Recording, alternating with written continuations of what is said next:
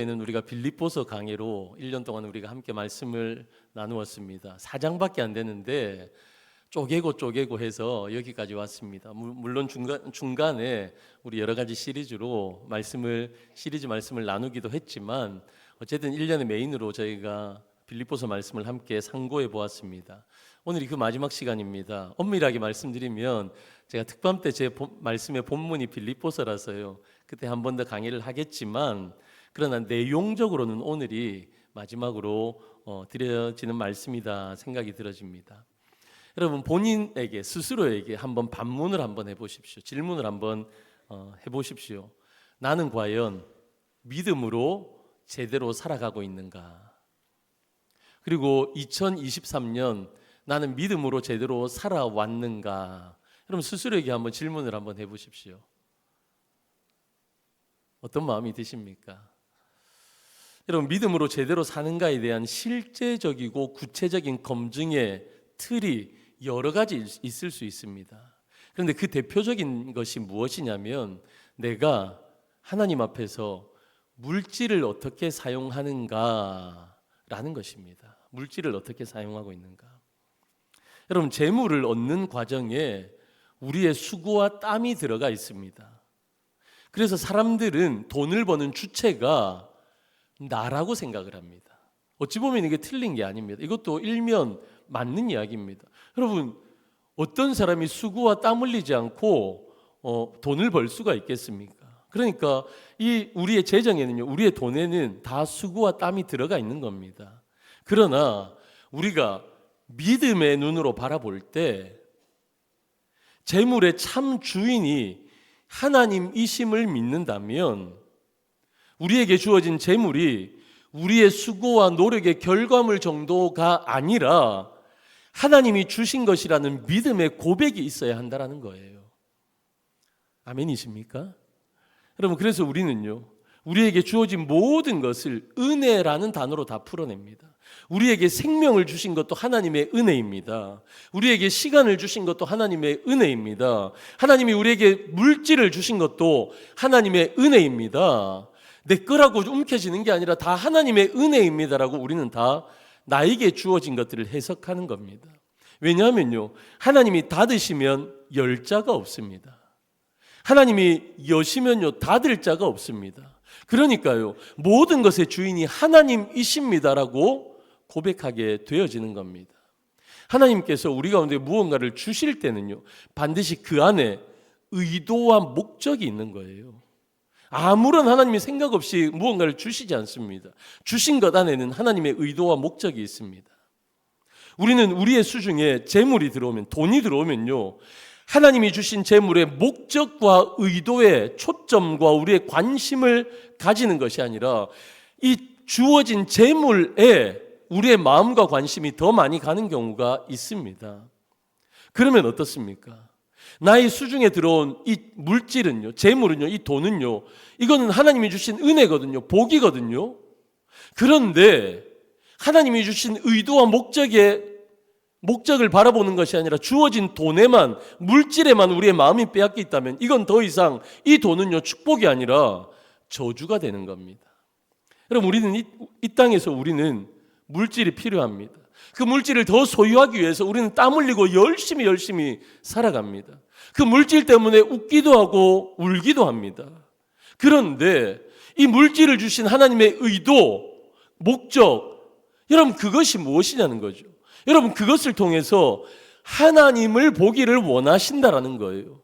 이 수중에 있는 이 내 물질, 내 지갑에 있는 내 돈이 이것 때문에 내가 뭐 잘 먹고 잘 살고 뭔가 뻐기고 잘난 척하고, 여러분 이게 아니라 이 물질을 통해서 하나님을 보기를 원하신다라는 것입니다. 오늘 말씀은 빌립보 성도들이 사도 바울에게 물질로 섬기는 내용이에요. 물질로 섬기는 내용.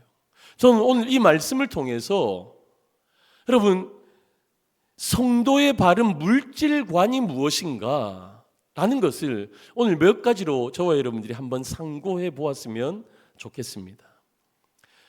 첫 번째는요, 하나님 주신 물질, 이것은 괴로움을 당한 이들과 깊은 교제를 할 수 있는 하나님이 주신 아름다운 도구라 된다라는 것입니다. 여러분, 이 물질 돈은요, 우리가 예배할 대상이 아니에요. 하나님처럼 섬길 대상이 아니에요. 이건요, 하나님께서 우리에게 주신 도구인데, 무슨 도구? 어려움, 고난, 괴로움 가운데 있는 헐벗고 굶주린 이웃들을 그들과 함께 교제할 수 있는 아주 훌륭한 도구가 물질, 더 적나라하게 돈이라는 것입니다.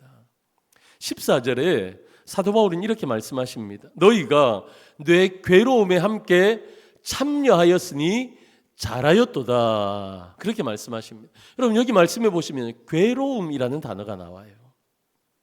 사도 바울은 지금 괴로움 가운데 자신이 있다라고 말하는 겁니다. 사도 바울의 괴로움이 무엇입니까? 사도 바울은요, 지금 로마의 감옥 안에 있습니다. 로마의 감옥 안에 있는 게 그의 괴로움이었습니다.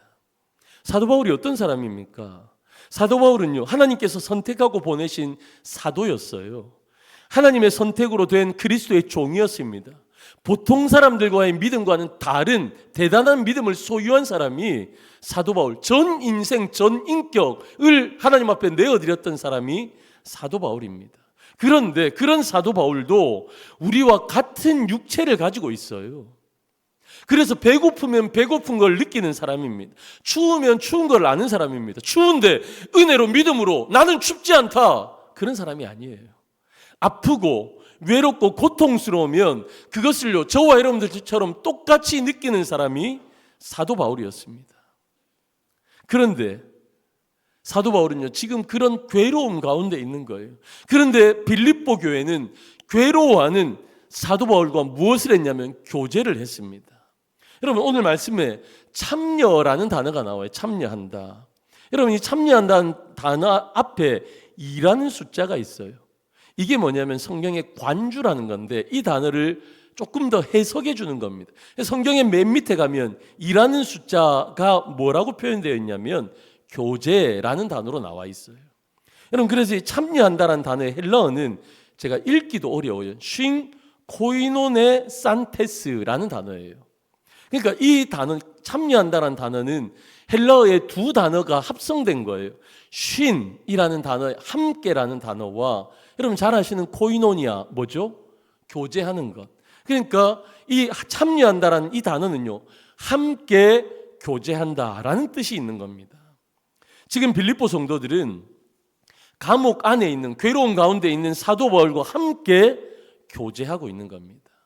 여러분, 이 교제는요, 바로 옆에서 함께 있지 못하지만 함께 느끼는 거예요. 사도 바울이 얼마나 괴로운 가운데, 얼마나 추울까, 얼마나 배고플까, 얼마나 위축되어 있을까, 얼마나 힘이 들까, 함께 느끼고 함께 아파하는 것을 참여한다, 함께 교제한다라는 단어로 사용하고 있는 겁니다.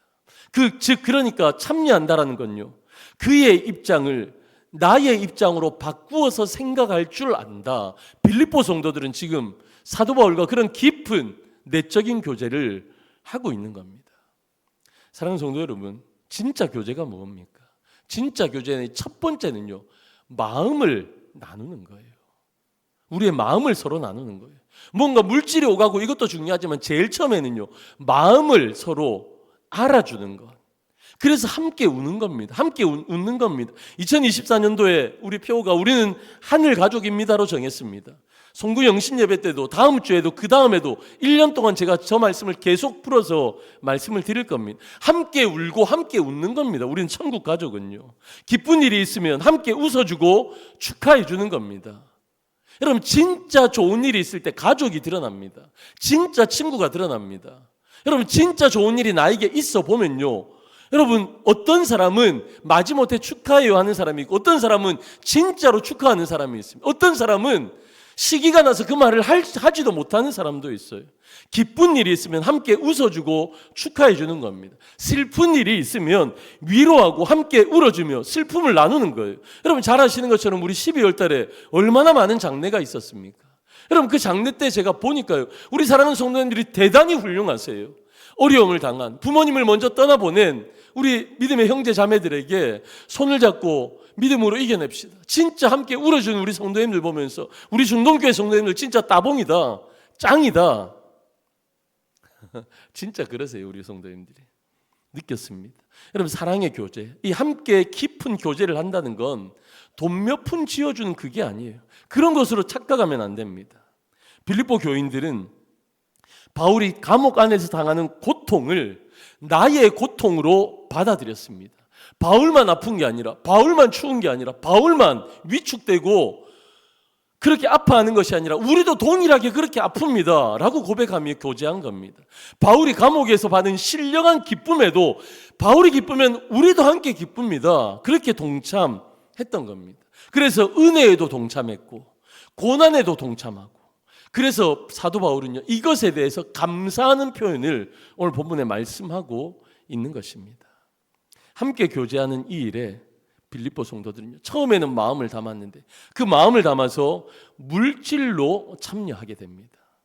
빌립보 성도들은요, 마음을 모으고 사도 바울의 아픔을 함께 경험하며 그 마음을 모아서 하나님 앞에 헌금을 드립니다. 그리고 그 헌금을 에바브로 디도편에 사도 바울에게 보내었습니다. 빌립보 성도들이요, 어떻게 이런 일이 가능했겠습니까? 멀리 떨어져 있는, 보이지도 않는 사도 바울의 괴로움에 함께 참여할 수 있었던 이유는 그들 서로 안에 깊은 영적인 교제가 있었기에 가능했던 겁니다. 여러분, 물질은요, 마음의 표현을 할 수 있는 겁니다. 괴로움을 당한 이들에게 하나님의 사랑을 나눌 수 있는, 그 깊은 교제를 할 수 있는 그 도구로 하나님께서 우리 가운데 주신 것이라는 것입니다.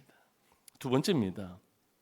이 물질이라는 것은요, 드림으로 하나님을 섬기는데 기쁨이 있을 수 있습니다. 17절 말씀입니다. 사도 바울이 이렇게 말씀하세요.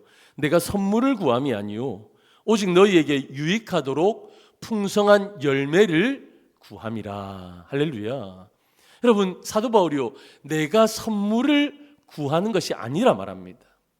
여러분, 사도 바울은 빌립보 교회를 칭찬하면서 빌립보 교회가 지금 헌금을 모아서 나에게 보내었잖아요. 사도 바울에게 보내었잖아요. 그래서 빌립보 교회에게 더 많은 선물을 요구하면서 이 말을 하고 있는 게 아니에요. 이 표현이 내가 선물을 구함이 아니요, 이 표현입니다.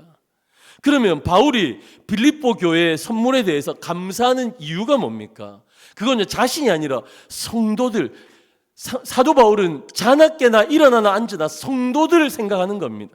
빌립보 교회에 유익하도록, 성도들이 유익하도록 풍성한 열매를 구하기 위함이었습니다. 그의 큰 관심은요, 자신의 풍요함이나 유익에 있지 않았습니다. 바로 성도들의 풍성함에 있었다라는 거예요. 이 사도 바울이 무슨 표현을 썼어요? 풍성한 열매, 열매라는 단어를 썼어요. 이 열매라는 헬라어 단어는요, 비유적인 표현입니다. 이게 무슨 뜻이 있냐면 투자예요, 투자. 투자로 얻어지는 이익 배당금이라는 의미를 포함합니다. 우리 젊은 분들 중에 주식을 하는 분들은 이게 무슨 의미인지를 잘 아실 거예요. 주식을 하는 분들은. 여러분, 빌립보 교인들이 바울에게 했던 이 헌금은요, 일종의 자기 자신을 위한 영적인 투자였습니다. 바울은 그 투자에 대해서 이익이 생겨나고 불어나기를 바라는 것으로 묘사하고 있습니다. 여러분, 이 이익 배당금이라는 건요, 지금 내 주머니에서 이걸 뭔가 저축을 하든지 주식을 합니다. 여러분, 그러면 지금 당장 내 주머니에서 그거 없어지는 거잖아요. 근데 어떻습니까? 여러분, 그것이 부르고 이익이 생겨서 그게 이후에는요, 나에게 이익으로 다가온다라는 것입니다. 여러분, 이웃에게 물질을 나누는 것은 손실이 아닙니다. 이건 투자입니다, 투자. 하나님 앞에 드려서 그 헌금이 다른 사람들을 위해서 아름답게 사용되어진다라는 것은 당장 눈에 보이지 않습니다. 당장 그것이 무언가 대단한 열매를 맺어지지 않는 것 같습니다. 그러나 하늘나라의 나의 통장에 예금하는 것이다. 하늘나라의 김태형 그 통장에 제가 저축하는 것입니다.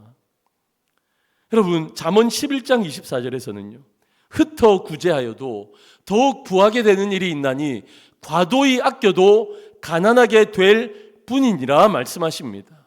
여러분, 과도하게 아낀다고 부자 되는 게 아니에요. 흩어져 남들에게 나눠주는 것이 부자 되는 것이다 말씀하십니다. 이어서 25절에 구제를 좋아하는 자는 풍족하여질 것이요 남을 윤택하게 하는 자는 자기도 윤택하여지리라. 할렐루야. 여러분, 부자 되고 싶지 않으십니까? 한번 제가 부자 되고 싶겠어요? 안 되고 싶겠어요? 김태형 목사는 부자가 되고 싶겠어요? 안 되고 싶겠어요? 우리 목사님은 돈에 청렴한 분입니다. 우리 목사님 돈 좋아하지 않습니다. 그럼 그렇게 생각하시겠지만 천만의 말씀입니다. 저도 부자 되고 싶습니다. 저도 돈 많았으면 좋겠어요. 그런데요, 진짜 부자 되는 길이 있다는 거예요. 그게 뭐예요? 구제를 좋아하는 사람. 그 사람은 풍족해질 것이다. 남을 윤택하게 하는 사람 부자 될 것이다 말씀하십니다. 할렐루야. 제가 우리 두 딸아이가 어릴 때 제가 참 많이 불러준 노래가 있습니다. 목욕할 때마다 시시때때로 몇 곡이 있는데요, 레파토리가 있는데 그 중에 한 곡이 뭐냐 한번 들어보실래요? 아시면 같이 불러주세요. 사랑은 참으로 버리는 것 사랑은 참으로 버리는 것 더 가지지 않는 것. 여러분, 사랑하면요 자꾸만 버린대. 이 버린다는 표현이 그래서 그렇지 자꾸 나누는 거예요. 플로잉 하는 거예요. 자꾸 나눠주는 거예요. 근데 그 뒤에 가사가 백미입니다. 이상하다 동전 한 입 움켜잡으면 없어지고 쓰고 빌려주면 풍성해져 땅 위에 가득하네. 오 여러분, 사랑해서요 자꾸만 나누어주면, 자꾸만 구제하고 어려운 사람들 도와주고 나누어주면요 이상해요. 이상하게 움켜잡으면 없어지는데 자꾸 쓰고 빌려주고 나누면 이 땅 위에 더 풍성해진다 라고 말씀하시는 겁니다. 저는 이게 정말 진리라고 믿습니다. 주신 물질을 내 것이라고 움켜잡으면 없어져요. 어디에 썼지? 알 수가 없어요. 근데 있잖아요, 어떻습니까? 자꾸만 나누어주면, 자꾸만 다른 어려운 이웃들을 나누어주면, 선한 일에 쓰면, 구제하면 어떻습니까? 더 풍성해지는 줄로 믿습니다. 여러분, 이것이 하나님의 나라의 원리예요. 전도서 11장 1절입니다. 너는 내 떡을 물 위에 던져라. 여러 날 후에 도로 찾으리라. 여러분, 내 떡을 물 위에 던져라. 구제하라는 거예요. 나누라는 거예요. 그러면 그게 없어지느냐, 물속에 가라앉아 없어지느냐? 아니다. 여러 날 후에 도로 찾으리라 말씀하십니다. 여러분, 하나님은 우리가 하나님 앞에 기쁨으로 드린 것을 잊지 않으신다 말씀하는 겁니다. 오늘 본문의 말씀에 18절에 아주 놀라운 말씀이 나옵니다. 내게는 모든 것이 있고 또 풍부한지라. 에바브로 디도편에 너희가 준 것을 받음으로 내가 풍족하니 이는 받으실 만한 향기로운 제물이요 하나님을 기쁘시게 한 것이니라. 할렐루야. 그럼 뭐라고요? 사도 바울이 뭐라고 고백해요? 너희들이 거두어서 헌금을 나에게 전달해 주었는데 그것 때문에 내가 풍성해졌다, 풍족해졌다. 여러분, 우리가 하나님 앞에 드려 그걸요 이웃들에게 사용하면 이웃들은요 그것을 통해서 공급을 받습니다. 사도 바울이 풍성해졌대잖아요. 우리의 물질을 통해서 이웃들에게 풍성함을 나눌 수 있는 겁니다. 여러분, 여기가 끝이 아니에요. 드려진 예물로 선한 데 사용하면 그 받는 사람들이, 혜택을 받는 사람들이 풍성해질 뿐만 아니라 하나님이 받으실 만한 향기로운 제물이 되어진다. 하나님을 기쁘시게 하는 것이라 말씀하고 있는 거예요. 우리가 나눈 물질은 이웃에게 나누는 것이지만 결국 뭐예요? 하나님 앞에 드린 것이다. 하나님이 기뻐하시는 향기로운 제물이 되는 것이다. 하나님이 기뻐하신대요. 하나님이 받으셨대요. 그 사용의 용도는 이웃들에게 사용했는데 하나님이 기뻐하신대요. 여러분, 우리 2023년도 말씀이 삶이 되는 거룩한 습관, 여러분, 이것으로 우리가 1년 동안 이 캠페인을 진행했습니다. 여러분, 마지막 캠페인이 무엇이었습니까? 나눔 온 캠페인 진행했잖아요. 12월에 기억나시죠? 여러분, 몇 주 전만 해도 우리 1층 로비에 라면 박스가 막 이만큼, 햇반이 이만큼, 여러분, 과자들이 이만큼, 칫솔, 치약, 햄 세트 이만큼 한그 쌓여 있었어요. 여러분들이 그렇게 헌신하신 겁니다. 여러분, 그거 가지고요 이걸 박스에다 우리가 다 쌌잖아요. 우리 많은 장로님들, 권사님들, 성도님들 나오셔서 박스를 이거 싸는데 저도 함께 쌌거든요. 라면 한 봉지 넣고 햇반 하나 넣고 햄도 하나 넣고 참치 세트도 하나 넣고 뭐 여러 가지 생필품도 넣고 그거 하면서 제가 느낀 게 있어요. 제가 어떤 마음이 들었냐면 와, 나도 이거 하나 받았으면 좋겠다. 나도 이거 하나 받았으면 너무 행복할 것 같은 거예요. 그때 생각나더라고요. 코로나 때 나라에서 정부에서 준 거 있잖아요. 그거 받으니까 기분이 그래 좋대요. 제가 격리할 때 그런 마음이 하나 들었고요. 그거는 잠시 뒤로 나누기로 해놓고 뭐 내가 근데 그 뒤로 무슨 생각이 들었냐면 이거 받으시는 할아버지 할머니들 독거노인분들 정말 좋으시겠다 그 생각이 드는 거예요. 그래서 우리가 복지관에 갔잖아요. 그 박스 다 들고 갔잖아요. 갔는데 할아버지 할머니들 여러분들이 오셔서 식사하시고 가실 때 우리가 박스를 하나씩 나누어 드렸습니다. 그런데요, 그 연세 많으신 우리 할아버지 할머니들이요, 어떠하셨는 줄 아세요? 그게 그래도 무게가 있는데 번쩍 들어가지고 막 걸어가시는 거예요.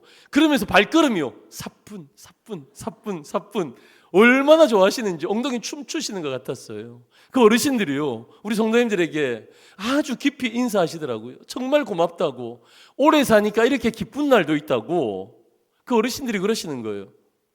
여러분 기쁘지 않으십니까? 말만 들어도 기쁘지 않으십니까? 저는 너무너무 기쁘고 행복했어요. 너무너무 기쁘고 행복했어요. 근데 여러분 그 할아버지 할머니들이 여러분 집에 가서 이걸 열어서 라면 하나 끓이고 거기 햇밥 말아서 드셨다 생각해요. 얼마나 기뻤겠어요. 얼마나 행복했겠어요. 그들에게 기쁨을 우리는 선사한 겁니다. 그리스도의 사랑의 온도를 1도는 높인 겁니다. 그런데 여러분 그게 끝이 아니라 그들의 필요를 채운 것이 아니라 여러분 그 일을 통해서 우리 하나님이 기뻐하신 줄로 믿습니다. 아멘이십니까 정말? 그렇습니다.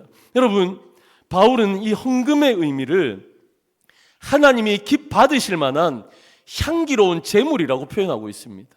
여러분 구약의 시대 때 이스라엘 백성들이 하나님 앞에 제사를 드리면, 우리로 따지면 예배를 드리면 여러분 양을 가지고 가고 비둘기를 가지고 가고 그래서 그 양을 잡았습니다.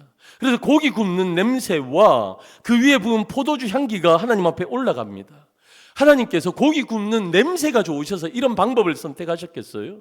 하나님께서는요 제사의 후각적인 것을 느끼게 하시는 겁니다. 제사의 절정은 바로 그 향기에 있었습니다. 짐승을 데려오는 것도 중요했습니다. 짐승의 목을 따고 각을 뜨는 것도 중요했습니다.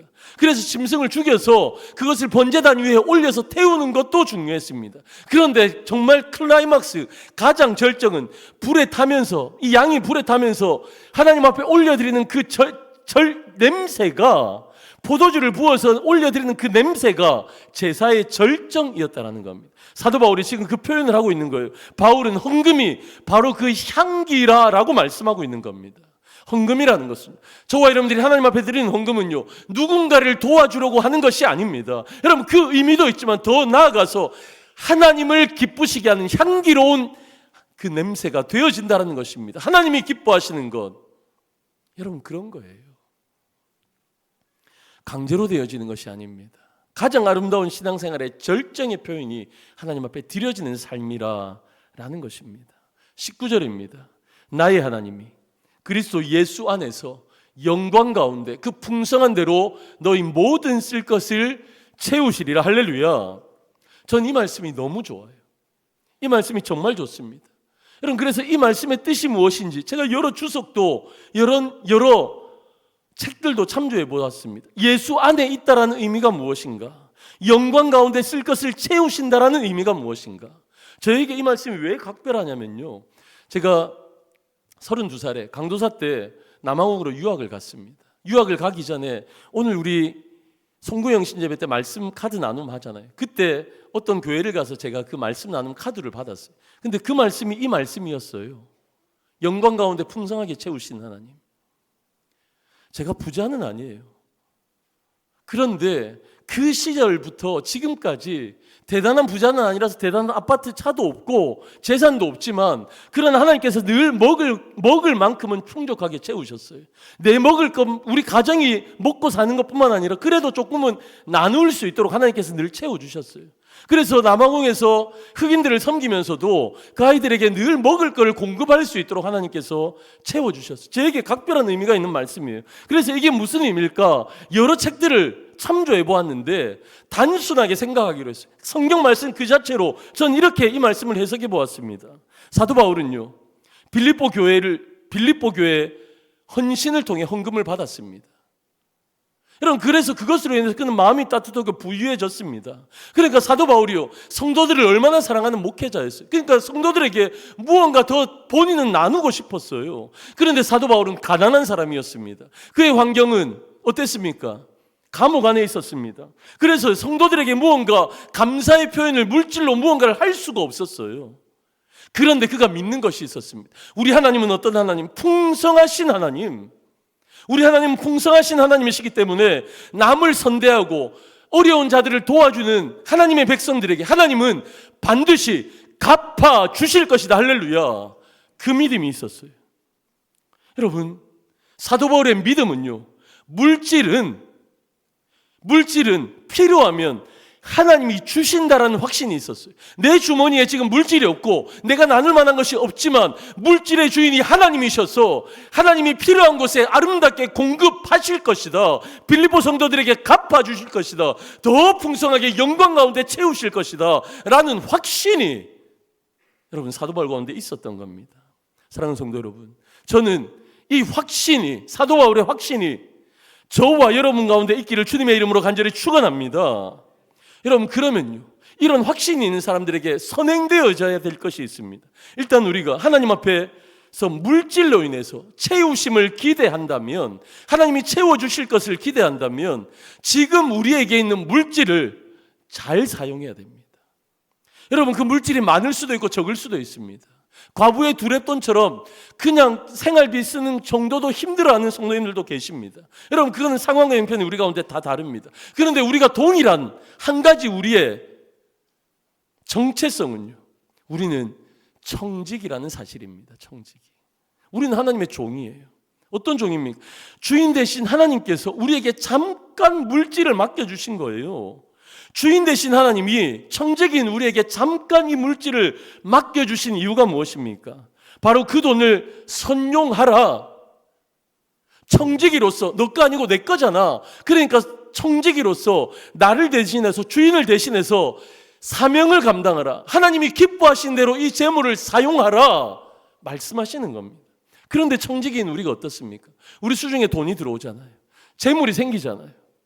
그러면 주신 하나님이 아니라 주어진 이 물질에 우리의 마음을 빼앗길 때가 너무 많아요. 그런 우리에게 주인 되신 하나님이 우리에게 하시는 말씀이 있습니다. 디모데전서 6장 17절과 18절입니다. 여러분, 중요한 말씀이니까요. 이 말씀 같이 한번 읽어보겠습니다. 시작.